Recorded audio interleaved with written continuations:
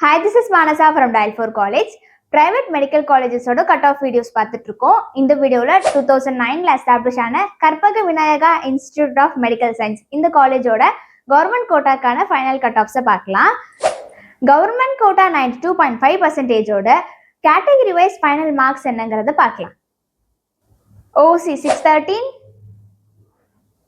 BC 608, BCM 596, MBC DNC 590, SC 511, SCAவும் STயும் 444ல க்ளோஸ் ஆகியிருக்கு.